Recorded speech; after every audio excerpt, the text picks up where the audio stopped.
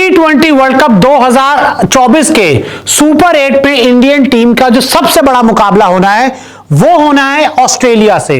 Indian team और semifinal के बीच में अगर कोई खड़ा है तो वो है ऑस्ट्रेलिया, जिसने आपको 2023 वर्ल्ड कप के फाइनल में हराया था।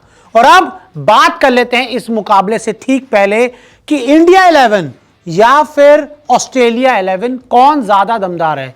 यानी कि एक तरफ इंडिया के 11 आपको दिखाएंगे, साथ ही आपको ऑस्ट्रेलिया के 11 दिखाएंगे और आपको बताएंगे कि दोनों में कौन ज्यादा दमदार है और कौन इस मैच को आसानी से जीत सकता है।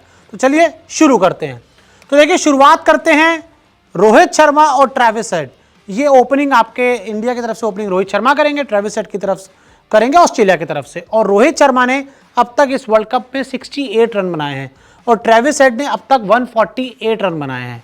रोहित शर्मा ट्रेविस हेड से बड़े प्लेयर हैं, लेकिन पिछले कुछ मुकाबलों में जब भी इंडिया ऑस्ट्रेलिया आमने सामने हुए हैं तो ट्रेविस हेड ने बहुत ज्यादा रन बनाए। तो यहां पर मेरे हिसाब से 1-0 ऑस्ट्रेलिया के फेवर में है। 1-0 ऑस्ट्रेलिया हिंदुस्तान से आगे है इस रेस में, क्योंकि करंट फॉर्म के बारे में बात करें या फिर इंडिया ऑस्ट्रेलिया मैचेस की, तो 1-0 ऑस्ट्रेलिया याद रखिएगा। नंबर 2 पर आते हैं विराट कोहली इंडिया की तरफ से और डेविड वार्नर ऑस्ट्रेलिया की तरफ से। और यहां पर अगर हम वर्ल्ड कप की बात करें, विराट कोहली ने अभी तक सिर्फ 5 रन बनाए हैं और डेविड वार्नर 116 रन बना चुके हैं।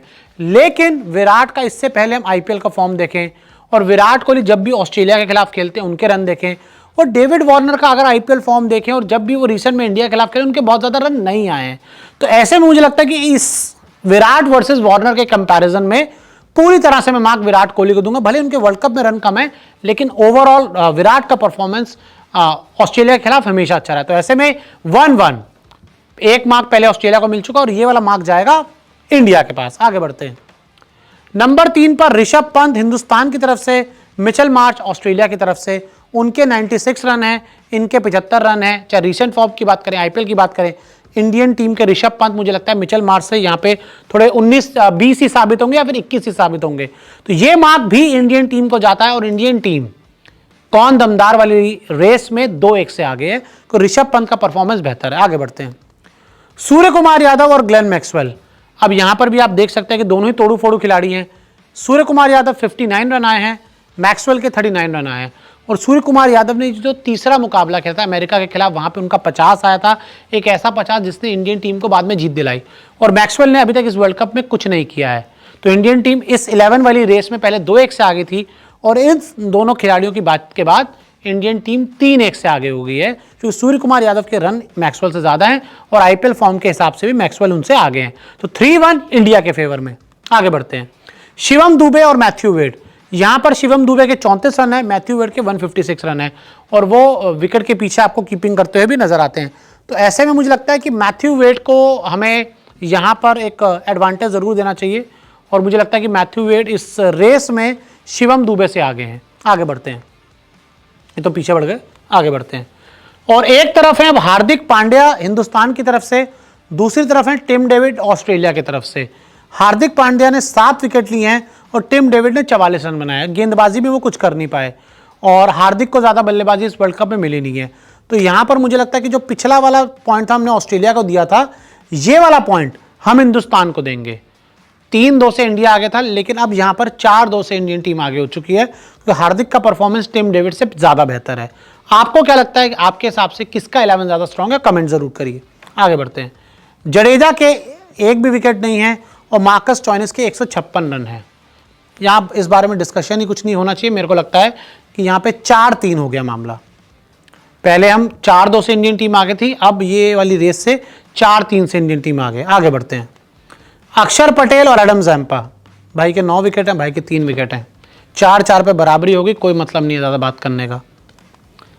बुमराह और स्टार्क। बुमराह के 5 विकेट हैं, स्टार्क के 2 विकेट हैं। तो 4-4 से बराबरी हुई थी।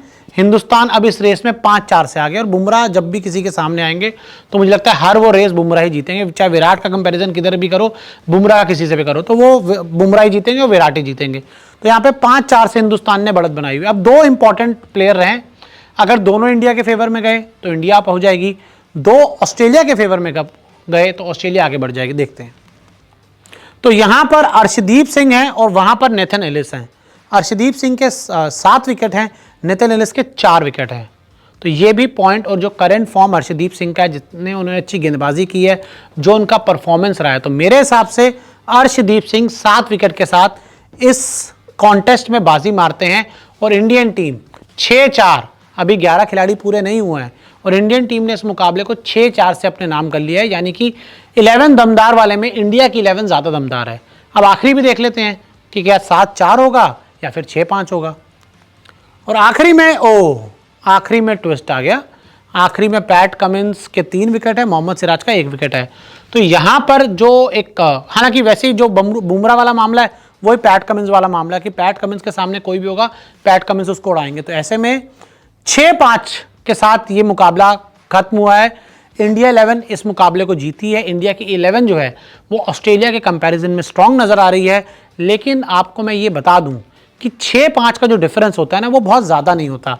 अगर ये होता कि 7-4 से इंडिया जीत रही होती, 8-3 से इंडिया जीत रही होती, तो एक अलग मुद्दा था। लेकिन 6-5, और वो 6-5 में ऑस्ट्रेलिया के 5 हैं आपके सामने, तो ये बताता है कि भाई ये जो मुकाबला है ये बहुत बड़ा मुकाबला रहने वाला है। 2023 वर्ल्ड कप का फाइनल आप ऑस्ट्रेलिया से हार गए थे, और अब आपकी उम्मीदें होंगी कि आप ऑस्ट्रेलिया का सुपर 8 में हराओ और सेमीफाइनल में जाओ, और उसके लिए आपके पूरे 11 को अच्छा परफॉर्म करना होगा। इस रेस में तो इंडियन टीम आगे है। अब मैदान पर कौन बाजी मारेगा ये हमें मैच के बाद पता लगेगा।